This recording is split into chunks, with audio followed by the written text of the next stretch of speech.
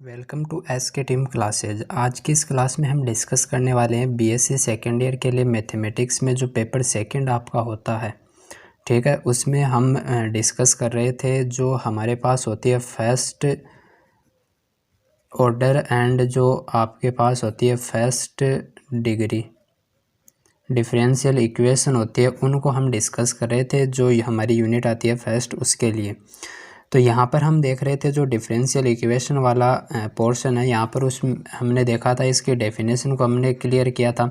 जो भी हमने प्रीवियस वीडियो डिस्कस किए हैं कंप्लीट, वो आप रेफ़र कर सकते हो। हमने एक सेपरेट प्लेलिस्ट बना रखी है बीएससी सेकेंड ईयर के लिए मैथमेटिक्स के लिए, ठीक है। तो वो आप उसको रेफ़र कर सकते हो। अभी जो हमारे पास नेक्स्ट जो डिफरेंशियल इक्वेशन के सॉल्यूशन को फाइंड करने के लिए जो मेथड आता है, वो मेथड हमारे पास आता है लीनियर इक्वेशन का।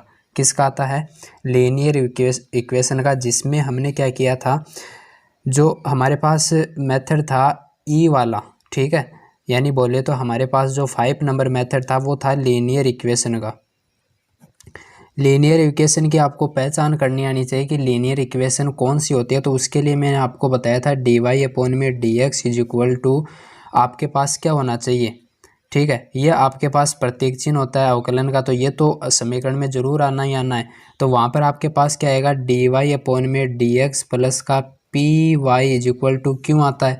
ये फॉर्मेट था किसका था, लीनियर इक्वेशन का, ठीक है। तो यहाँ पर आपको मैंने क्या बताया था कि आपको ये ध्यान देना है कि यहाँ पर किसके सापेक्ष यानी किसके रिस्पेक्ट में जो डिफरेंशिएशन हो रहा है, यानी x के रिस्पेक्ट में y का यहाँ पर क्या हो रहा है, डिफरेंशिएशन हो रहा है। तो ये अनडिपेंडेंट आश्रित चर है और ये डिपेंडेंट वेरिएबल है, यानी स्वतंत्र चर है। ये अनडिपेंडेंट है, ये डिपेंडेंट है, ठीक है। और मैंने आपको ये चीज़ और बताई थी कि आपको p एंड जो q है उसकी पहचान करनी आनी चाहिए। ये मैंने आपको वहाँ पर बताया था। उसके बाद में आप आसानी से लीनियर इक्वेशन जो भी आपके पास आती है उसका सॉल्यूशन आप फाइंड कर सकते हो, ठीक है। अब हम उसी ऑर्डर में आगे बढ़ते हुए हमारे पास जो नेक्स्ट मेथड आता है एफ वाला, यानी लास्ट जो इस सॉल्यूशन के लिए कोई भी डिफरेंशियल इक्वेशन का हल ज्ञात करना होता है, तो उसके लिए हमारे पास जो लास्ट फाइनल मेथड आता है वो हमारे पास आता है रैखिक अवकल समीकरण लीनियर डिफरेंशियल इक्वेशन में सामान्य या सम्मानित होने वाली, यानी उसमें चेंज करना पड़ेगा हमें लीनियर में। उसके बाद में हम उसका सॉल्यूशन फाइंड करेंगे। लीनियर में हमारे पास इक्वेशन नहीं आएगी, हमें पहचान करनी होगी कि वो लीनियर में नहीं है, ठीक है। तो यहाँ पर सामान्य अवकल समीकरण यानी differential equation reducible to linear differential equation, यानी हमारे पास ये जो मेथड है ये क्या है, reducible to linear differential equation, ठीक है। ध्यान से समझना, इसको इम्पोर्टेंट चीज़ बनती है। और इसी मेथड को बोला जाता है बर्नौली, क्या बोला जाता है, बर्नौली समीकरण, इसी मेथड को बोला जाता है, ठीक है। तो चलिए इसको देखते हैं किस प्रकार से हमारे पास जो इक्वेशन है वो गिवन होगी। हमारे पास होगा dy/dx प्लस का py is equal to Q. ये तो किसका फॉर्मेट होता है, तो आप बोलोगे ये हमारे पास फॉर्मेट आता है लीनियर इक्वेशन का। ये आप आइडेंटिफाई कर सकते हो आसानी से।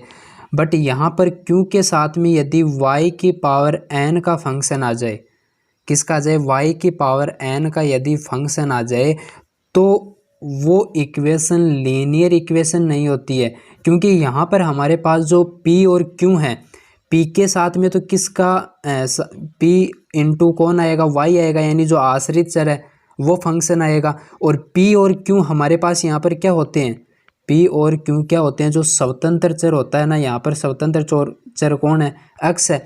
तो जो स्वतंत्र चर होता है उसके क्या होते हैं, फलन या फिर कांस्टेंट होते हैं, क्लियर है। तो यहाँ पर जो क्यू के साथ में कौन आ रहा है, एक y का टर्म आ रहा है, एक y का फंक्शन आ रहा है, y की पावर n के रूप में आपके पास फंक्शन आ रहा है। तो उसके लिए हमें क्या करना पड़ेगा, इस y की पावर n वाले फंक्शन को क्या करना पड़ेगा, यहाँ से रिमूव करना पड़ेगा। और रिमूव हम कैसे कर सकते हैं, थोड़ा सा आप दिमाग लगाइए यहाँ पर। आप इसको रिमूव कैसे कर सकते हो भाई, इसका डिवाइड करके कर सकते हो, यहाँ से क्यू से तो कर सकते हो ना। तो हम यहाँ पर क्या करेंगे, इसमें इस y की पावर n को हटाने के लिए क्या करेंगे, y की पावर n से डिवाइड करेंगे, दोनों तरफ क्या करेंगे, इसको डिवाइड करेंगे। तो जैसे हम डिवाइड करेंगे तो इस तरफ आ जाएगा y की पावर n dy अपॉन में dx plus P Y upon में क्या जाएगा, y की पावर n, और इधर अपॉन करेंगे तो वो हट जाएगा, यानी ओनली क्या बच जाएगा, क्यों बच जाएगा। अब आपको यहाँ पर थोड़ा पता चल रहा होगा कि यदि यहाँ आपके पास y की पावर n आपने यहाँ से हटाया तो वो इस पार्ट में आ गया, तो क्या करें, तो उसके लिए आपको क्या करना है, देखो ये y की यहाँ से भी y की पावर n को यहाँ से रिमूव करना है, चाहे वो हम अदर वेरिएबल से कर दें, लेकिन y के टर्म्स को हमें यहाँ से हटाना पड़ेगा। तो ये y है, इस y को हम यहाँ पर क्या लिख सकते हैं, y की पावर -n लिख सकते हैं dy अपॉन में dx। इस p को यहाँ पर लिख के, ये ऊपर भी y है और नीचे y की पावर n है, ऊपर कितनी है 1 है, तो ये ऊपर जाएगी तो y की पावर -n होगी, और ये आधार समान होने पर घातें जुड़ जाती हैं, तो y की पावर क्या हो जाएगा, 1 -n हो जाएगा, और इज इक्वल टू क्या आ जाएगा, क्यों। अभी कुछ फॉर्मेट ये बन रहा है कि यहाँ पर हम ऐसा करें कि आपके पास एक तो y वाला टर्म ये है, एक ये वाला आपके पास टर्म है। यदि आप यहाँ पर थोड़ा सा फोकस करो, ठीक है, और थोड़ा सा यहाँ पर दिमाग लगाओ, तो यहाँ पर आप यदि y की पावर 1 -n को आप यदि t v w x y z कुछ भी आप मानो, तो ये है, ये किस में परिवर्तित हो जाएगा, किस में हो जाएगा, ये जैसे आपने यहाँ पर अक्स के रिस्पेक्ट में किया, तो यहाँ पर जब आप अक्स के रिस्पेक्ट में करोगे तो आपके पास ये चीज़ आएगी। देखो y की पावर 1 -n को आपने क्या माना, मान लीजिए इसको दूसरे चर से प्रतिस्थापित किया, मान लीजिए v माना। अब इसका जैसे आप लेट करते हो तो वहाँ पर आप क्या करते हो, अवकलन करते हो, तो अवकलन यहाँ पर करोगे तो आपके पास क्या हो जाएगा, ये x की पावर n वाला फॉर्मूला लगेगा, तो वहाँ पर -1 हो जाता है, तो आपके पास हो जाएगा y 1 -n -1 इंटू, फिर y का करोगे तो dy अपॉन में dx हो जाएगा, इज इक्वल टू इस तरफ करोगे तो dv अपॉन में dx, क्योंकि x के रिस्पेक्ट में यहाँ पर हम अवकलन कर रहे हैं, तो यहाँ पर ये कैंसिल हो गया, यानी y की पावर -1 आ गई, और dy अपॉन में dx इज इक्वल टू क्या हो गया, dv अपॉन में dx हमारे पास हो गया। तो बताओ यहाँ से आपके पास जो ये फंक्शन आया है, अभी ये आपके पास जो टर्म आया है, ये आपको कहीं पर दिखाई दे रही है, ये तो ये रही आपके पास, इसके स्थान पर आप क्या रख सकते हो, ओनली एक आश्रित चर आ गया ना यहाँ पर, ठीक है। तो यहाँ पर आप लिखोगे dv अपॉन में dx प्लस के, p इसको आपने क्या माना था, v माना था, तो v इज इक्वल टू क्यों। बताओ ये एक लीनियर इक्वेशन है या नहीं है, एक लीनियर इक्वेशन है या नहीं है, बिल्कुल है, ये एक लीनियर इक्वेशन है, ठीक है। अब लीनियर इक्वेशन कैसे बनी है, देखो हमने y को प्रतिस्थापित कर दिया v के लिए, तो यहाँ पर v कर दिया। अब यहाँ पर जो v है, ये देखो v क्या हो गया, आश्रित चर बन गया यहाँ पर, और ये क्या है, स्वतंत्र चर है x, तो p और q किसके फलन है, इस x के फलन है, और v यहाँ पर आपको पता है ये आश्रित चर है, यहाँ पर v का फंक्शन है, ये v वाला है। अब ये क्या बन गई है, देखो यहाँ पर हमने क्या डिस्कस किया था कि ये आपके पास लीनियर इक्वेशन की फॉर्मेट होती है, ठीक है, तो वो फॉर्मेट आपके पास यहाँ पर क्रिएट हो गई है। अब आपके पास जो स्टेप आती हैं वो आप फॉलो कीजिए और इसका सॉल्यूशन फाइंड कर सकते हो। स्टेप कौन सी आती है आपके पास, जैसे आपके पास पता चल गया कि ये लीनियर इक्वेशन है, तो आप वहाँ पर क्या करते हो, जैसे आपको पता चला कि लीनियर इक्वेशन है, आप वहाँ पर फर्स्ट स्टेप में क्या करते हो, फर्स्ट स्टेप में आप उसमें p और q को देखते हो कि p और q क्या चीज़ है, उसको नोट डाउन करते हो। उसके बाद में आप क्या करते हो, इंटीग्रेटिंग फैक्टर है वो फाइंड करते हो कि e की पावर p dx आपके पास कितना आया, क्लियर है। उसके बाद में आप सॉल्यूशन फाइंड करने के लिए वहाँ पर क्या करोगे, सॉल्यूशन फाइंड करने के लिए आप वहाँ पर करते हो कि हमारे पास y इंटू में क्या आना चाहिए, जो इंटीग्रेटिंग फंक्शन है वो इज इक्वल टू इंटीग्रेशन आपको करना होता है, जो आपके पास e की पावर जो इंटीग्रेटिंग फैक्टर होता है इंटू q और इंटू dx में, तो ये आपके पास क्या आता है, उसका सॉल्यूशन आता है, और जो आपके पास फाइनल आंसर होता है। तो यहाँ तक आपको कोई दिक्कत नहीं होगी, बस आपको ये पता होना चाहिए कि यहाँ पर जो आश्रित चर है उसका आपको यहाँ पर अलग फंक्शन देखने को मिलेगा और उसको आपको रिमूव करना है तो उसको आपको डिवाइड करना पड़ेगा और फिर अन्य वेरिएबल के जरिए प्रतिस्थापन लगाकर उसको हटाना पड़ेगा। देन वो एक लीनियर इक्वेशन बनेगी और फिर आप लीनियर इक्वेशन की जो स्टेप मैंने आपको बताई है वो आप फॉलो करके इसका सॉल्यूशन आसानी से फाइंड कर सकते हो। क्लियर है। अब मैथ के अंदर क्या होता है कि आप कैसे भी चाहे आपने बेसिक कितना ही क्लियर किया हो, यदि आपके बेसिक क्लियर है, मैं ये नहीं कहता कि बेसिक क्लियर मत करो, जैसे आपके पास बेसिक क्लियर है उसका तुरंत बाद में आप क्या करो, एग्जाम्पल सोल्व करो ताकि वो बेसिक आपको समझ में आए। क्लियर है। तो हम उसी एग्जाम्पल पर अब आगे की ओर बढ़ने वाले हैं। तो चलिए एग्जाम्पल हम अभी देखने वाले हैं। इस बर्नौली जो आपकी प्रमेय है इस पर बेस्ड जो एग्जाम्पल है वो हम डिस्कस करेंगे अभी। तो देखिए हम एग्जाम्पल यहाँ पर लेने वाले हैं dy अपॉन में dx is equal to e की पावर y अपॉन में x स्क्वायर माइनस का 1 अपॉन में x। ये हमारे पास एक एग्जाम्पल है वो हम डिस्कस करने वाले हैं। तो समझना ध्यान से इसको। पहले आपको चेक करना क्या है कि ये एक लीनियर इक्वेशन है या नहीं है। पहले तो आपको ये चेक करना है। ठीक है। तो आपने यहाँ पर देखा कि dy अपॉन में dx आ रहा है। ठीक है। फॉर्मेट हम बात करें तो यदि हमने इसको इस तरफ लेकर आए तो यहाँ पर हमने लगाया प्लस, इसको इस तरफ लगाए तो 1 अपॉन में x बन गया और e की पावर y अपॉन में x स्क्वायर हो गया। अब यहाँ पर आपको देखने पर पता तो चल रहा होगा कि dy अपॉन में dx plus P Y is equal to Q का फॉर्मेट हमारे पास होता है। अब यहाँ पर क्या होता है कि देखो आपके पास यहाँ पर जो किसके रिस्पेक्ट में हो रहा है, तो आपने बोला x के रिस्पेक्ट में हो रहा है, मतलब स्वतंत्र चर यहाँ पर कौन है, x है। तो उसके p और q क्या होने चाहिए, फंक्शन होने चाहिए। तो ये यहाँ पर है 1 अपॉन में x, कोई दिक्कत नहीं है। मान लीजिए y की वैल्यू यहाँ पर आपके पास जो भी है, लेकिन 1 अपॉन में x आ रहा है ना, p की वैल्यू आपके पास आ रही है यहाँ पर। यहाँ पर आपने क्यों देखा तो 1 अपॉन में क्या आपके पास x स्क्वायर है, बट ये e की पावर y यहाँ दिक्कत दे रहा है, वरना तो डायरेक्ट ये हो जाता। जैसे आपके पास dy अपॉन में dx प्लस 1 अपॉन में x is equal to 1 upon में x स्क्वायर। अब ये एक लीनियर इक्वेशन है और आप आसानी से इसका सॉल्यूशन फाइंड कर सकते हो। बट आपके पास प्रॉब्लम क्या आ रही है कि ये e की पावर y यहाँ पर प्रॉब्लम कर रही है। तो हम इस e की पावर y को यहाँ से हटाएंगे, काम ही हमारा ये है बर्नौली के अंदर। ठीक है। तो जैसे हम इसको हटाएंगे तो इसके लिए क्या करेंगे, इसका डिवाइड करेंगे। तो डिवाइड करेंगे तो यहाँ पर लिखेंगे e की पावर y को दोनों पक्षों में डिवाइड करने पर। तो यहाँ पर डिवाइड करेंगे तो ये यहाँ पर ऊपर जाकर e की पावर माइनस y हो जाएगा dy अपॉन में dx। ये ऊपर जाएगा तो e की पावर माइनस y 1 अपॉन में x हो जाएगा इज इक्वल टू क्या हो जाएगा, ये यहाँ से कैंसिल हो जाएगा और 1 अपॉन में क्या आ जाएगा, x स्क्वायर आ जाएगा। अब यहाँ से तो आपके पास क्यू वाला पार्ट है ये स्वतंत्र हो गया, मतलब यहाँ पर y वाला पार्ट नहीं है। यहाँ पर हमें चाहिए था, यहाँ पर आ गया, बट यहाँ पर हमें नहीं चाहिए था, ये अकेला ही होना चाहिए। क्या होना चाहिए, इसके पास कोई भी नहीं होना चाहिए और ये अकेला ही होना चाहिए। तो यहाँ पर आपके पास क्या आ रहा है, e की पावर माइनस y आ रहा है जो कि नहीं होना चाहिए। तो आप क्या करोगे, कुछ ऐसा करो कि यहाँ से e की पावर माइनस y क्या हो जाए, हट जाए। तो उसके लिए हम यहाँ पर कौन सा मेथड अप्लाई करेंगे वो आप ध्यान से समझना। जैसे हमने e की पावर माइनस y को क्या लेट करना है, v लेट करना है, तो वो अन्य पदों में कन्वर्ट हो जाएगा। कौन से पदों में कन्वर्ट होगा, क्योंकि आप यहाँ पर देखोगे कि आपके पास जो भी इसके साथ में आ रहा है, dy अपॉन dx के साथ में जो भी आपके पास पद आ रहा है यहाँ पर, आप उसको क्या मान लीजिए, v मान लीजिए। जो भी आपके पास डिवाइड करोगे जो पद आएगा उसको आप v मानिए, अपने आप सॉल्यूशन हो जाएगा, देखना।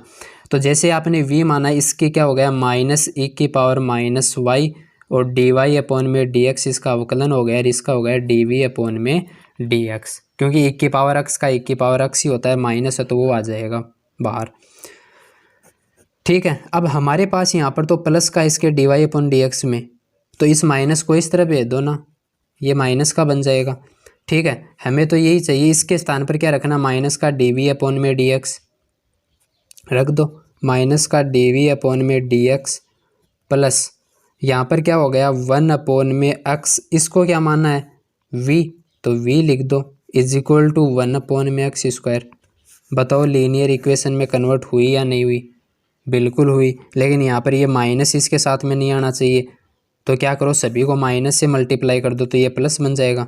अब कन्वर्ट हो जाएगी और आगे ये माइनस हो गया और ये भी क्या हो गया, माइनस हो गया, क्योंकि इसका जो आपके पास जो जनरल फॉर्म है इसकी, वो जनरल फॉर्म ही रहनी चाहिए।